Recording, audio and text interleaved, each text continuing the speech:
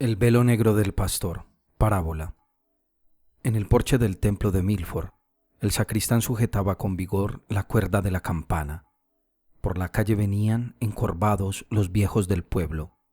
Los niños, con sus caras radiantes, marchaban retozando al lado de sus padres o afectaban andares más solemnes, conscientes de la dignidad que les infundían sus atuendos domingueros. Acicalados jóvenes solteros dirigían miradas de reojo a las lindas muchachas de la aldea. Se les hacía que a la luz del día de descanso eran más bellas que durante la semana. Cuando la mayor parte de la concurrencia se había congregado en el porche, el sacristán empezó a tañer la campana sin quitar los ojos de la puerta del reverendo Hooper. El primer atisbo de la figura del clérigo sirvió para que la campana dejara de llamar. ¿Pero qué lleva puesto en la cara el párroco Hooper? Los que alcanzaron a escucharlo se volvieron y contemplaron la figura del señor Hooper, que caminaba lentamente, en su actitud meditativa, con dirección al templo.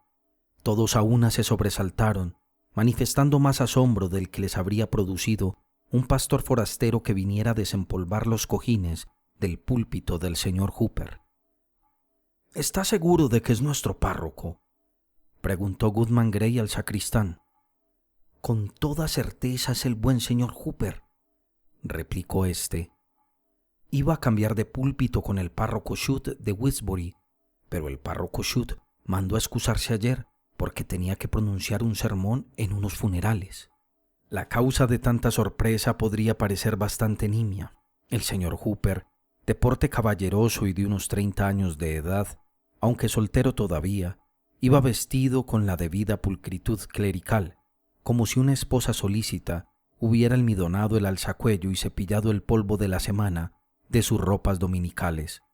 Solo había una cosa notable en su apariencia: ciñéndole la frente y colgando delante de su cara, tan bajo que su respiración lo sacudía, el señor Hooper llevaba puesto un velo negro.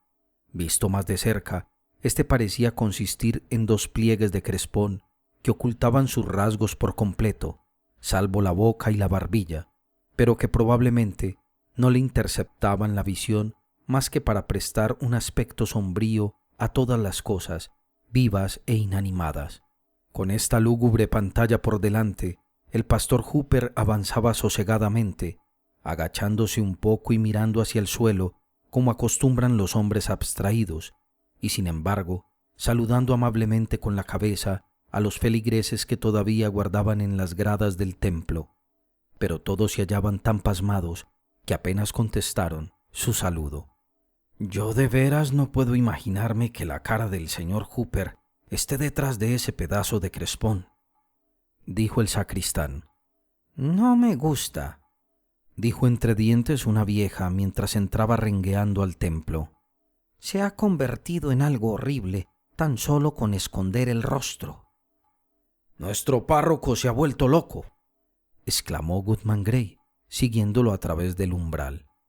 El rumor de que algo inexplicable sucedía había precedido al señor Hooper en el templo y había alborotado a los fieles. Pocos pudieron reprimirse de volver la cabeza hacia la puerta. Muchos se levantaron de sus sitios y lo encararon de una vez, mientras que varios niños se encaramaron en los bancos y bajaron de nuevo con un tremendo estrépito. Se produjo un tumulto general, un crujir de los trajes de las damas y un restregar de los pies de los hombres, en gran contraste con el silencio que debería imponer la entrada del pastor. Pero el señor Hooper parecía no darse cuenta de la perturbación de su Grey. Hizo su entrada con paso casi inaudible, inclinó mansamente la cabeza hacia los bancos que había a lado y lado e hizo una reverencia al pasar frente al más anciano de sus feligreses, un bisabuelo de cabellos blancos que ocupaba un sillón en medio de la nave. Era curioso observar la lentitud con que este hombre venerable fue percatándose de que había algo raro en el aspecto del pastor.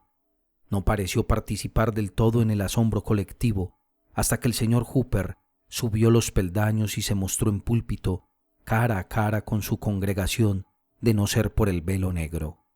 Ni una vez fue removido el misterioso emblema. Tremolaba con su rítmico aliento mientras entonó el salmo. Proyectaba su sombra entre él y la página sagrada mientras leyó las escrituras y mientras él rezaba, caía con pesadez sobre su rostro levantado al cielo.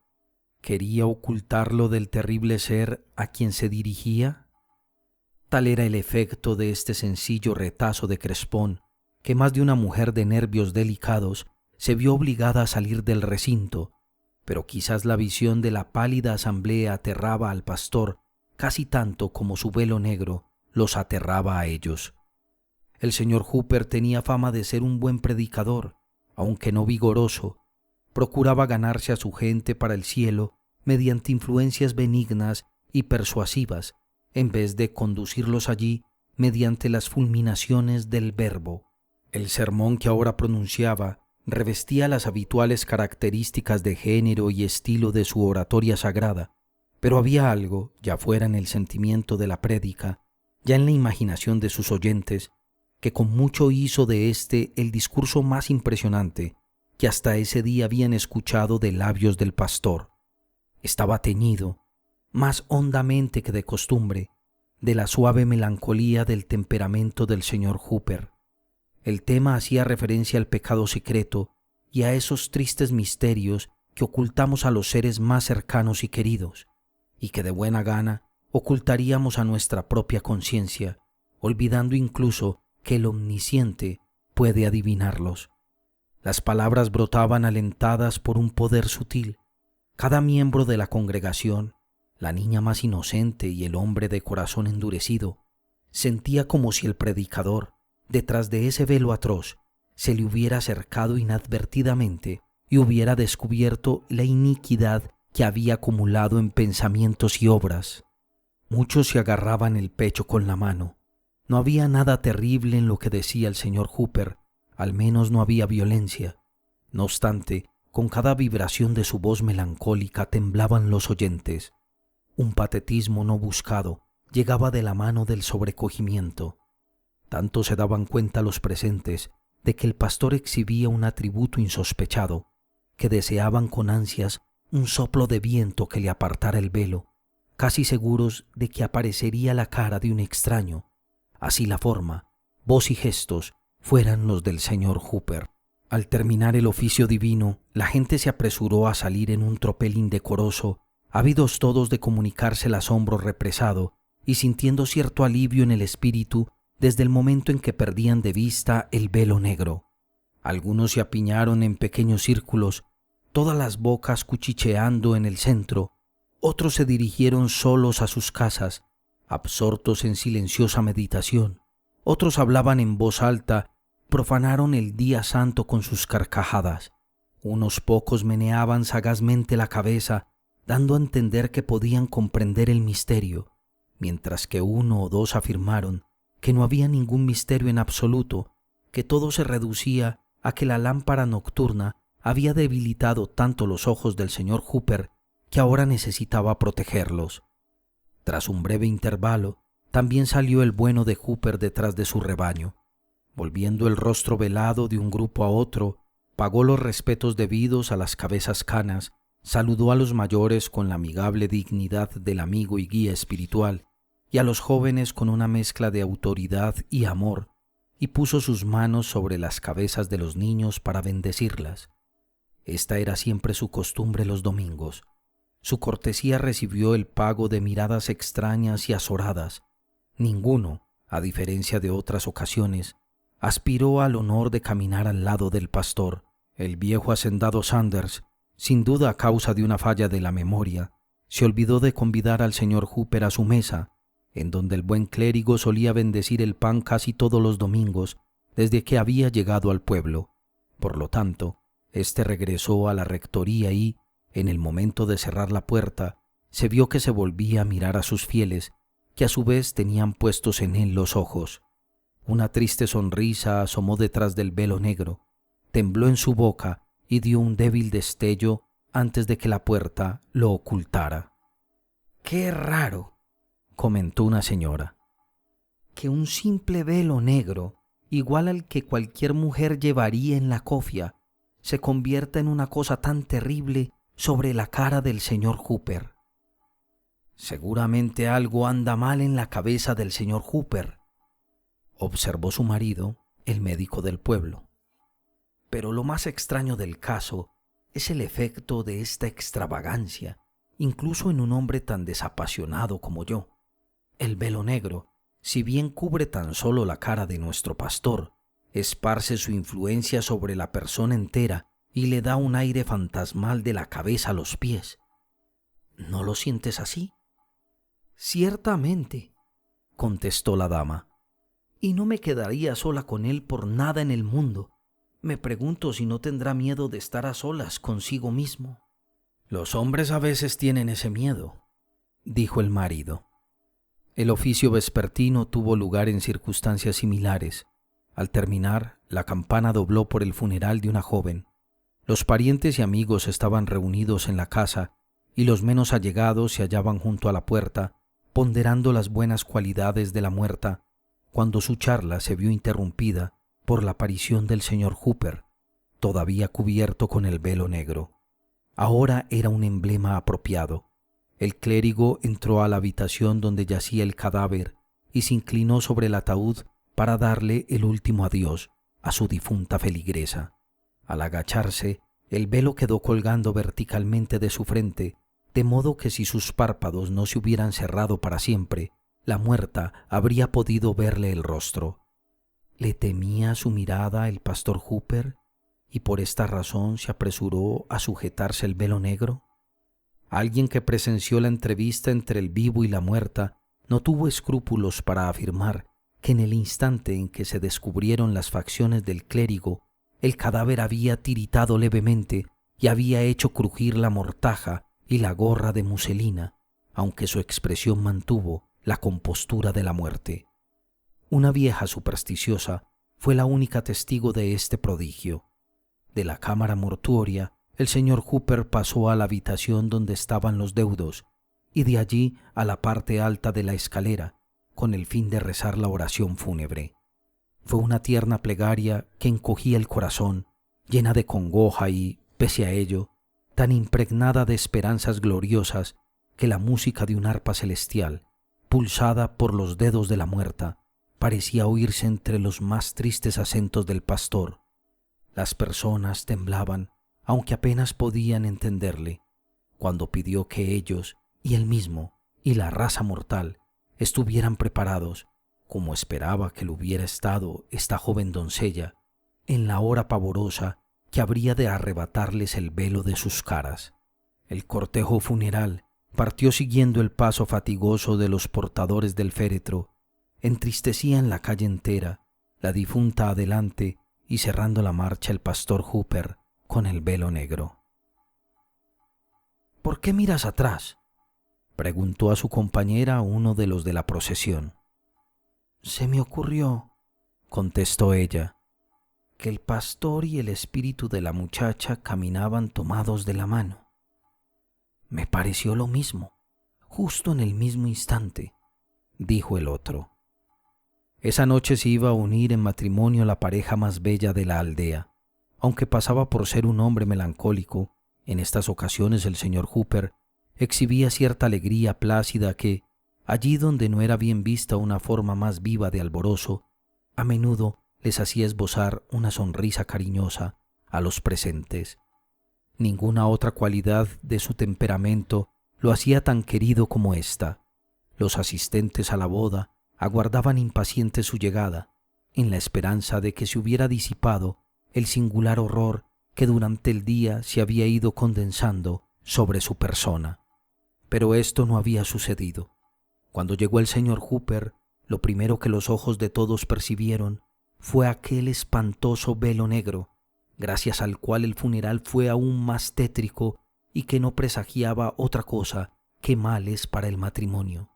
Fue tal el efecto inmediato sobre los invitados que una nube negruzca pareció emerger por detrás del crespón, enturbiando la luz de las bujías. Los prometidos se habían colocado de pie frente al pastor, pero los dedos fríos de la novia temblaban en la mano temblorosa de su novio y su palidez cadavérica hizo correr el rumor de que la joven sepultada, horas antes, había venido de la tumba a desposarse. Si alguna vez hubo una boda más funesta, fue aquella famosa en la que las campanas doblaron a muerto. Tras celebrar la ceremonia, el señor Hooper fue a llevarse a los labios una copa de vino, deseándoles dicha a los recién casados en un tono de suave afabilidad que debería haber iluminado los rostros de la concurrencia como un chispazo alegre del fuego del hogar. En ese instante alcanzó a vislumbrar su figura en el espejo y el velo negro lo sumió en el horror con que sobrecogía a los demás. Se estremeció su cuerpo, huyó la sangre de sus labios, derramó en la alfombra el vino sin probarlo y se precipitó a salir a las tinieblas, pues la tierra también se había cubierto con su velo negro. Al día siguiente, en la aldea de Milford, casi no se hablaba de otra cosa que del velo negro del párroco Hooper.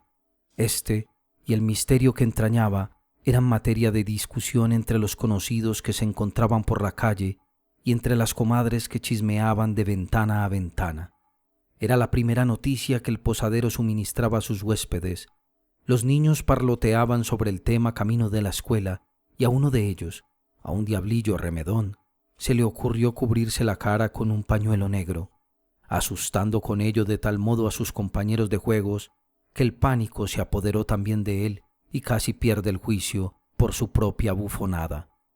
Lo curioso era que entre todas las personas entrometidas e impertinentes de la parroquia, ninguna se atreviera a preguntarle directamente al señor Hooper por la razón de su conducta. Hasta ese día, siempre que surgía la más nimia oportunidad para tales intromisiones, a él nunca le habían faltado consejeros, ni se había mostrado contrario a dejarse guiar por sus criterios.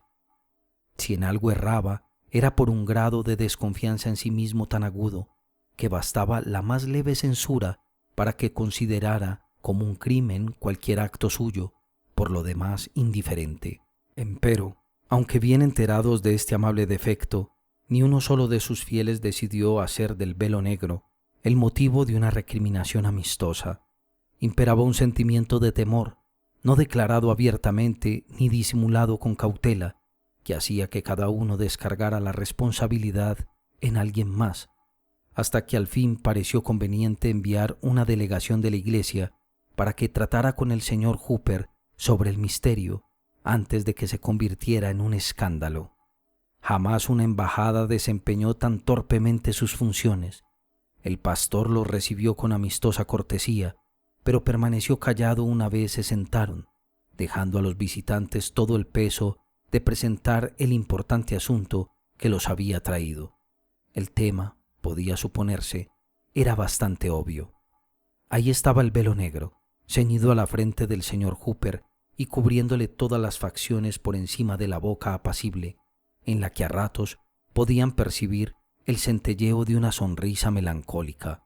En la imaginación les parecía que aquella gasa colgaba frente al corazón del ministro, símbolo de un terrible secreto que se interponía entre él y ellos. Si apartara el velo, podrían hablar de él con libertad, pero solo en tal caso. Así permanecieron sentados durante largo rato, mudos, confundidos y retrayéndose incómodos de los ojos del señor Hooper, que sentían fijos en ellos con una mirada invisible. Finalmente los delegados regresaron avergonzados ante sus electores y declararon el asunto demasiado grave para su competencia, por lo que debería ser tratado solo por un concilio de las iglesias, si es que no requería de un sínodo general. Pero en el pueblo había una persona que no se había visto afectada por el miedo que el velo negro infundía en los demás. Cuando los enviados regresaron sin haber conseguido una explicación, incluso sin haberse atrevido a exigirla, ella, con la serena energía de su carácter, se resolvió a disipar la nube cada vez más sombría que parecía envolver al señor Hooper. Por ser su prometida, debería tener el privilegio de saber qué ocultaba el velo negro. En la primera visita del pastor, por consiguiente, tocó el tema con una franca sencillez que facilitó la tarea para ambos. Después que él tomó asiento, fijó resueltamente la vista sobre el velo, pero no pudo discernir nada de la tenebrosidad que tanto intimidaba a las gentes. Era simplemente un doble pliegue de crespón que le caía de la frente hasta la boca y que se agitaba un poco con su respiración. No, dijo ella en voz alta y sonriendo. No hay nada horrible en este trozo de crespón, excepto que esconde una cara que me gusta ver siempre. Vamos, buen señor, deja que el sol alumbre detrás de la nube. Primero aparta el velo negro, luego cuéntame por qué te lo pusiste. La sonrisa del señor Hooper refulgió débilmente. Ha de venir la hora, dijo, cuando todos nos despojaremos de nuestros velos. No lo tomes a mal, amada amiga, si hasta entonces llevo puesto este pedazo de crespón. Tus palabras son también un misterio, replicó la joven. Quita el velo de ellas, por lo menos.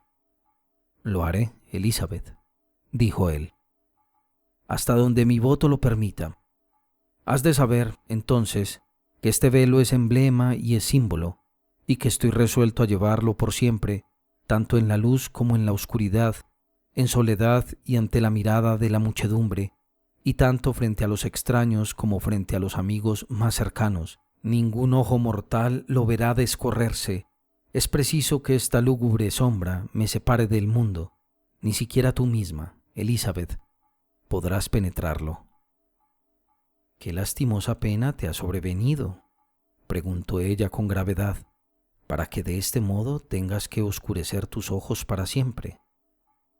De ser una señal de duelo, respondió el señor Hooper, yo quizás, como la mayoría de los mortales, tenga aflicciones lo suficientemente oscuras como para simbolizarlas mediante un velo negro. Pero, ¿y si el mundo no cree que se trate del símbolo de una pena inocente?, insistió Elizabeth. Amado y respetado como eres, pueden correr rumores de que escondes la cara bajo la gravedad del pecado secreto. Por consideración a tu sagrado ministerio, termina ya con este escándalo. Las mejillas de la muchacha se encendieron cuando le dio a entender la naturaleza de las murmuraciones que circulaban por el pueblo, pero la mansedumbre no abandonó al señor Hooper. Hasta sonrió otra vez, con la misma sonrisa pesarosa que aparecía siempre como un tenue parpadeo de luz procedente de la oscuridad que había tras el velo. Si oculto mi cara por causa de una pena, hay razón suficiente, se limitó a replicar. Y si la oculto por un pecado secreto, ¿qué mortal no podría hacer lo mismo? Y con tan gentil pero invencible terquedad se resistió a todas sus súplicas. Elizabeth terminó por reducirse al silencio. Por un rato pareció sumida en reflexiones, meditando, es probable, en otros métodos que podía ensayar para apartar a su enamorado del funesto capricho, el cual, si no tenía otro significado, era tal vez síntoma de enfermedad mental, y aunque su carácter era más firme que el de él, las lágrimas rodaron por su piel. Pero, de pronto, por decirlo así, un nuevo sentimiento sustituyó al pesar. Sin darse cuenta, había fijado los ojos en el velo negro cuando, como un repentino crepúsculo en el aire, sus terrores cayeron sobre ella, envolviéndola. Se puso en pie, temblando y sin dejar de mirarlo. «¿Por fin ahora tú también lo sientes?», dijo él tristemente. Ella no respondió, pero se cubrió los ojos con la mano y dio media vuelta, dispuesta a abandonar la habitación. Él se precipitó a cogerla del brazo. «Ten paciencia conmigo, Elizabeth», exclamó apasionadamente. «No me dejes, aunque este velo deba interponerse entre nosotros aquí en la tierra. Sé mía, y en un futuro no habrá velo alguno en mi cara, oscuridad alguna entre nuestras almas. No es más que un velo mortal, no es para la eternidad. Ay, no sabes cuán solo estoy y qué tan asustado de quedarme abandonado detrás de mi velo negro. No me dejes por siempre en esta miserable oscuridad.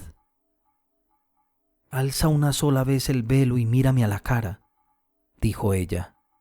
«Nunca, no puede ser», replicó el señor Hooper.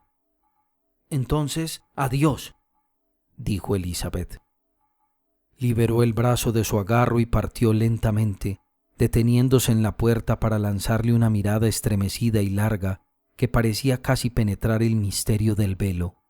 Pero aún en medio del dolor el señor Hooper sonreía al pensar que tan solo un emblema material lo había separado de la felicidad, aunque los horrores que éste proyectaba tenían que interponerse como una cortina de tinieblas hasta entre los más tiernos amantes.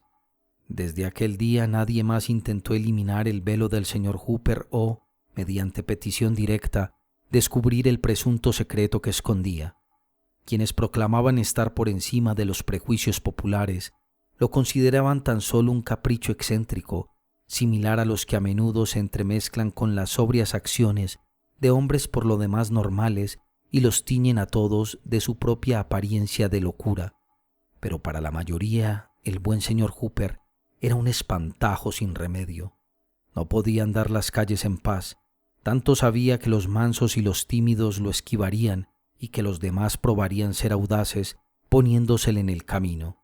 La impertinencia de estos últimos lo obligó a renunciar a su paseo vespertino hasta el cementerio, pues cuando se recostaba pensativo en la verja de la entrada, siempre asomaban caras tras las lápidas, espiando el velo negro.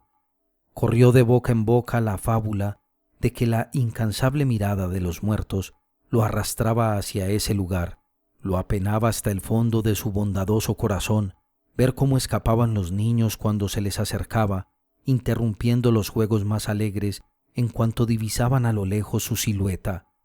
Más que cualquier otra cosa, este miedo instintivo ahondaba su sentimiento íntimo de que un horror sobrenatural se hallaba entreverado en el tejido de crespón negro.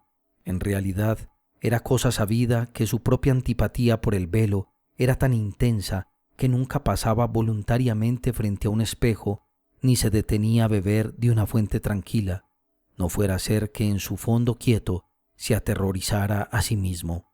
Esto era lo que hacía tan plausibles los rumores de que la conciencia del señor Hooper vivía atormentada por un crimen demasiado atroz como para ser ocultado del todo o insinuado en una forma menos vaga.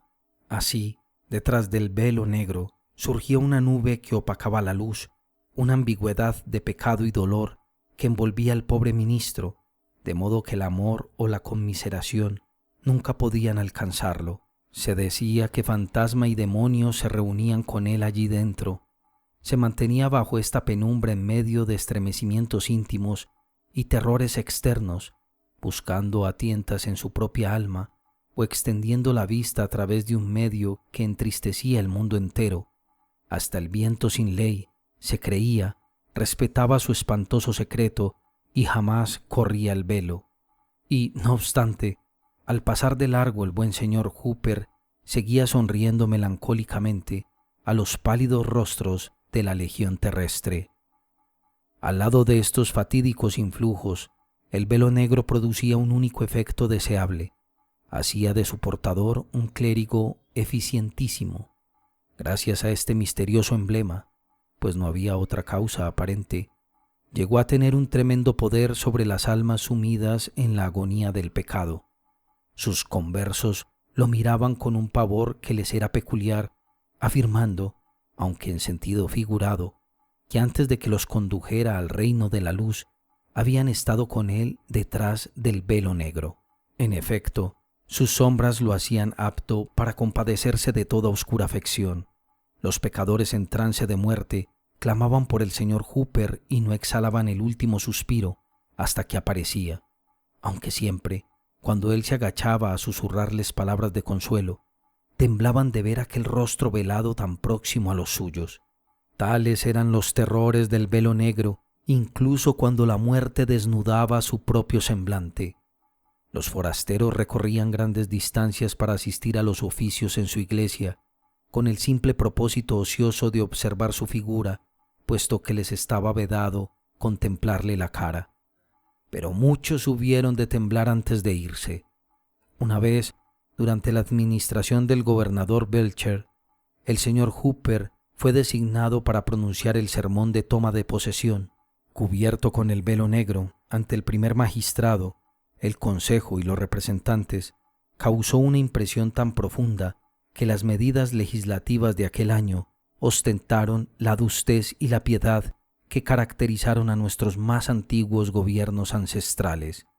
De esta manera el señor Hooper vivió una larga vida irreprochable en cuanto a sus acciones, pero encubierto por un manto de siniestras sospechas, amoroso y benigno, aunque no amado y sí temido vagamente, un hombre apartado de los hombres, rehuido por éstos mientras gozaban de salud y de dicha, pero solicitado siempre en la hora de la angustia mortal.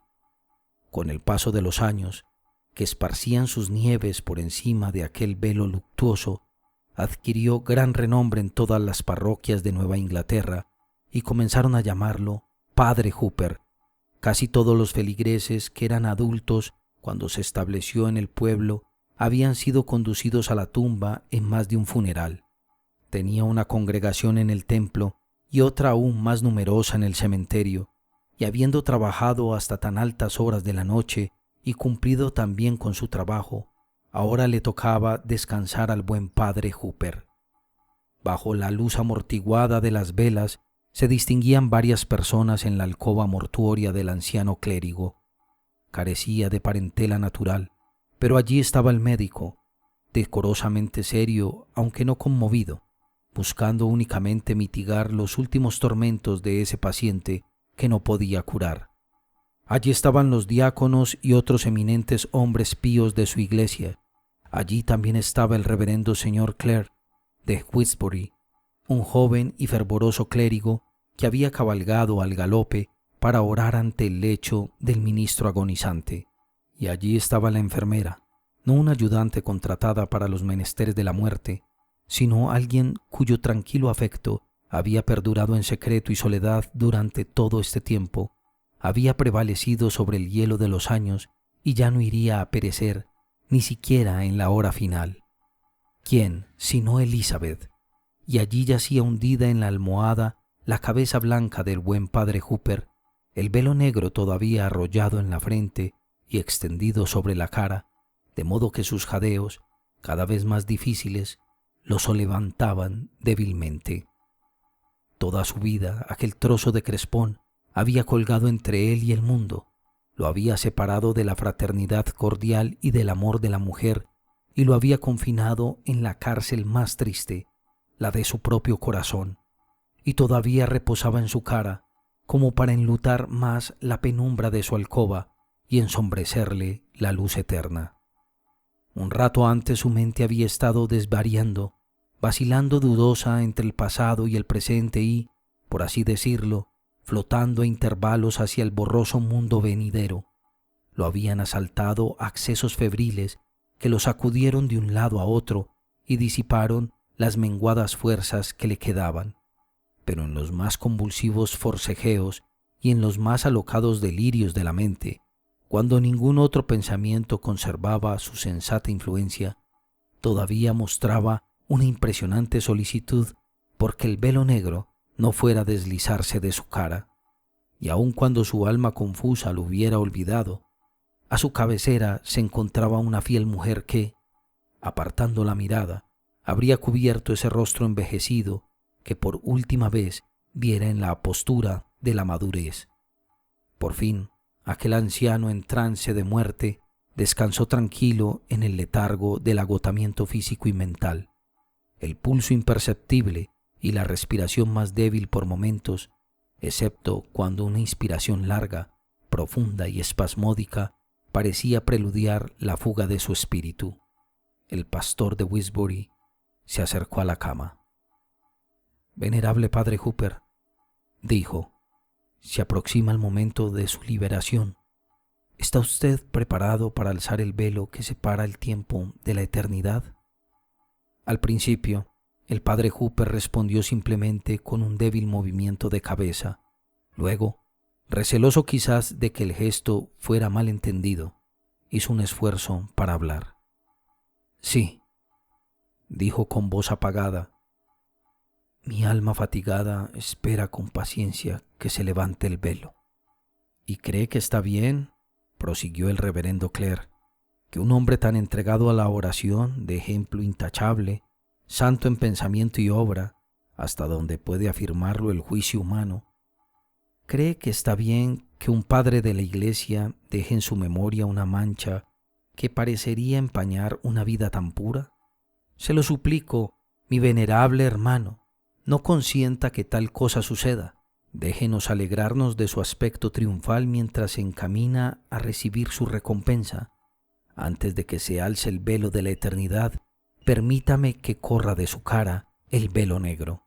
Y con estas palabras, el reverendo Clare se inclinó para revelar el misterio de tantos años, pero, desplegando una energía repentina que dejó estupefactos a todos los presentes, el padre Hooper sacó las manos de debajo de las sábanas y las apretó con fuerza contra el velo negro, resuelto a oponer resistencia si el pastor de Westbury tenía intenciones de luchar con un agonizante. «¡Jamás!», gritó el velado clérigo. «¡En la tierra jamás!». «Tétrico anciano», exclamó aterrado el reverendo Clare, «¿con qué crimen horrible en el alma se presenta el juicio?». El padre Hooper respiraba trabajosamente, produciendo un estertor en su garganta, pero, con un esfuerzo poderoso, tentando el aire con las manos, se aferró a la vida y la retuvo hasta poder hablar. Incluso se enderezó en la cama, y así permaneció, tiritando en los brazos de la muerte, mientras colgaba el velo negro, horrible en este último momento, con los terrores acumulados en toda una vida. Y, sin embargo, la sonrisa leve y triste que con tanta frecuencia asomó, allí pareció entonces titilar desde sus sombras y demorarse en los labios del padre Hooper. «¿Por qué tiemblan solo por mí?», exclamó, moviendo su cabeza velada alrededor del lívido círculo de espectadores. «Temblad también unos por otros. Me han esquivado los hombres, las mujeres no me han tenido compasión y han llorado, y huido los niños solo a causa de mi velo negro. ¿Qué, sino el misterio que enigmáticamente simboliza, ha hecho tan terrible este trozo de crespón? Cuando el amigo muestre lo más profundo de su corazón al amigo, y el enamorado a la bien amada, cuando el hombre no trate en vano de escapar a la mirada del Creador, atesorando repugnantemente el secreto de su pecado, entonces, solo entonces considérenme un monstruo debido al símbolo bajo el cual he vivido. Y muero. Miro a mi alrededor y, ¡ay!, en cada rostro veo un velo negro». Mientras quienes lo oyeron se evitaban, presos de un miedo mutuo, el padre Hooper se desplomó de nuevo en la almohada, un cadáver con velo y una tenue sonrisa dibujada en los labios. Todavía velado lo acomodaron en la caja y el cadáver velado fue llevado al sepulcro. La hierba de numerosos años ha brotado y se ha marchitado en esta tumba. El musgo ha invadido la lápida y el rostro del buen señor Hooper es ya polvo, pero sigue siendo espantoso pensar que se desmoronó bajo aquel velo negro.